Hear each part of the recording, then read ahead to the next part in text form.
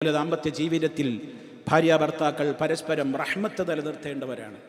സ്നേഹവും അനുരാഗവും കാമവും മാംസനിബദ്ധമായ നിലക്കുള്ള സ്നേഹങ്ങളുമൊക്കെ കല്യാണത്തിൻ്റെ തുടക്ക നാളുകളിലും വർഷങ്ങളിലുമൊക്കെ നിലനിൽക്കുകയുള്ളൂ.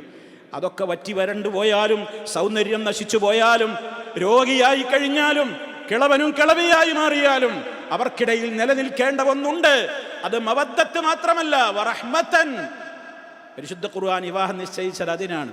അതല്ലാതെ മനുഷ്യരെന്ന് പറയും പോലെയുള്ള മാംസനിബദ്ധമായ മോഹങ്ങൾ നേടിയെടുക്കുവാൻ വേണ്ടി താൽക്കാലികമായ സുഖത്തിനുള്ളതല്ല.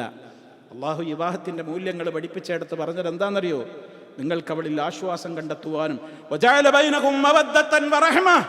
മവദ്ദത്തും അല്ലാഹു നിശ്ചയിച്ചു, വറഹ്മത്തൻ റഹ്മത്തും നിശ്ചയിച്ചു. മവദ്ദത്ത് പലപ്പോഴും സൗന്ദര്യവും അനുരാഗവും പ്രേമൊക്കെ ഉള്ള കാലത്ത് നിലനിൽക്കുന്നതാ. ഒക്കെ നശിച്ചാലും നിലനിൽക്കുന്നത് ഏതാണെന്നറിയോ? റഹ്മത്താണ്.